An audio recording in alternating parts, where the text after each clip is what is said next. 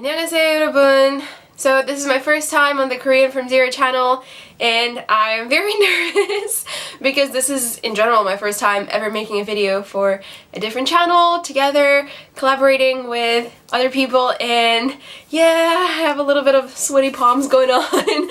But regardless of that, I'm still really excited to collaborate with Korean from Zero and help you guys learn Korean in a more fun and interactive way. So the way today's video is going to work is that we picked a certain topic that I would like to discuss with you guys, and I'll be using this baby right here, Korean from Zero book number 1, and we will be talking about telling time and dates in Korean today. I have compiled a list of things I would like to talk to you about using this book, and yeah, let's just head straight over. So before we start learning anything new, I really advise you guys to go over your native and Sino Korean numbers because we're going to be using them a lot today, and it's very important that you feel somewhat comfortable with them, or at least know what they are, so that this lesson is going to go a little bit smoother for you. I've made a couple of videos over on my channel explaining native Korean, Sino Korean numbers, when you use them and how you use them, so if you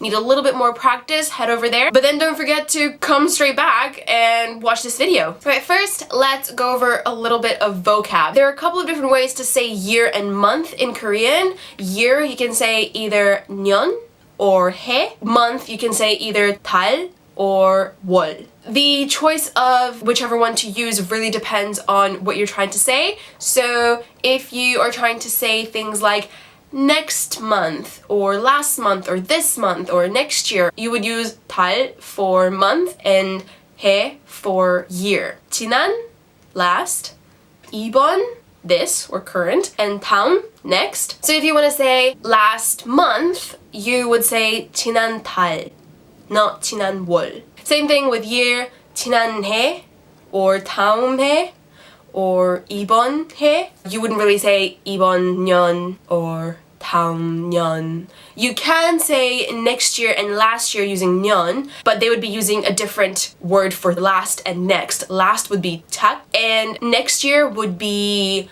내년. When it comes to current year, there's no way you can use 년 unless you're like actually spelling out 2016. So the way you tell time is you use the native Korean system for hours and you use Sino Korean system for minutes. So if you want to say 1 o'clock, 2 o'clock, 10 o'clock, you just take the native Korean number, 하나, 둘, 셋, 넷, 다섯, 열, 여덟, 아홉, whatever, and you put 시 next to it, and that's it.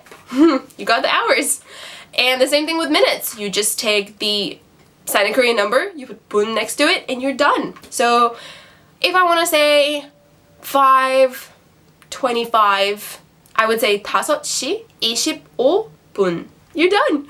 I can wrap up. Bye. I'm kidding. When you count in native Korean numbers, you say 하나, 둘, 셋, 넷.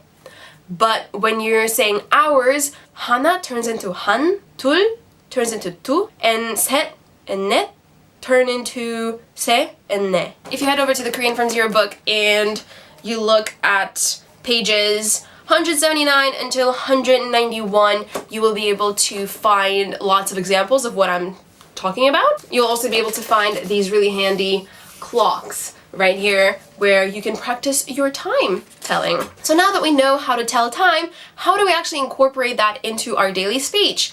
Well, if you want to ask someone, what time are you gonna go somewhere? You can say 몇 시에 갈 거예요.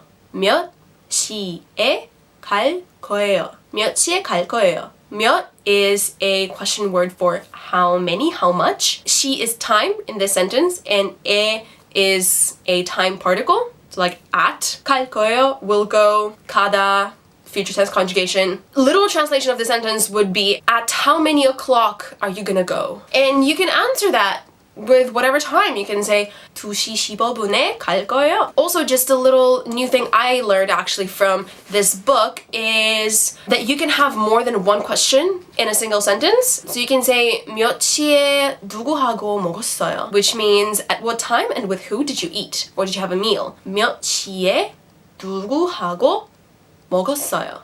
몇 시에 누구하고 먹었어요? A person can answer something like 10시에 여동생하고 같이 먹었어요. I ate together with my younger sister at 12 o'clock, did I say? And now that we talked about time, I think it's appropriate to talk a little bit about days of the week. I always saw a pattern in the way they're written. Every single day of the week is a 3-syllable word, and the last 2 syllables are always the same in every single one of them. So, 금요일, 월요일, 화요일, 요일, 요일 is always the same, and just the beginning syllable is what changes. So the way for me to memorize that is I made a little song-ish or like a mnemonic device where I took all the first syllables and just put them into one sentence or word or whatever. So it is 월, 화, 수, 목, 금, 토, 일. I hope that helps you too. In English, we can just say last Friday, next Monday. We can also say last week Friday or next week's Friday, but we can omit the week. In Korean, you can't. You have to say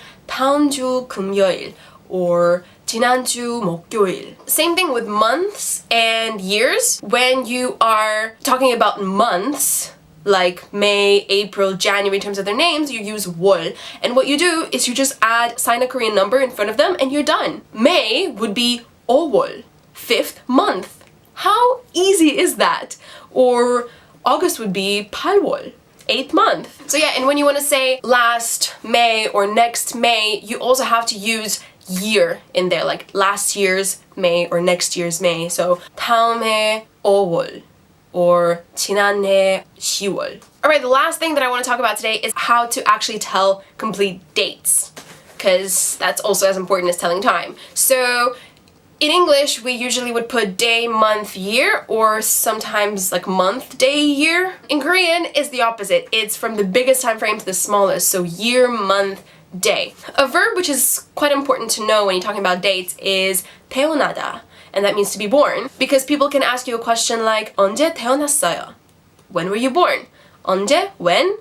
태어났어요 is a past tense conjugation. Actually, something I remembered, in Korean, you can substitute 반, which means half, for 30분, which is 30 minutes. So you can say 2시 반 instead of 2시 30분. Also, because Koreans use the 12-hour system, not the 24-hour system, we need to know if it's 2 o'clock at night or 2 o'clock during the day. And they have an equivalent of AM and PM in Korean as well, which is 오전 and 오후.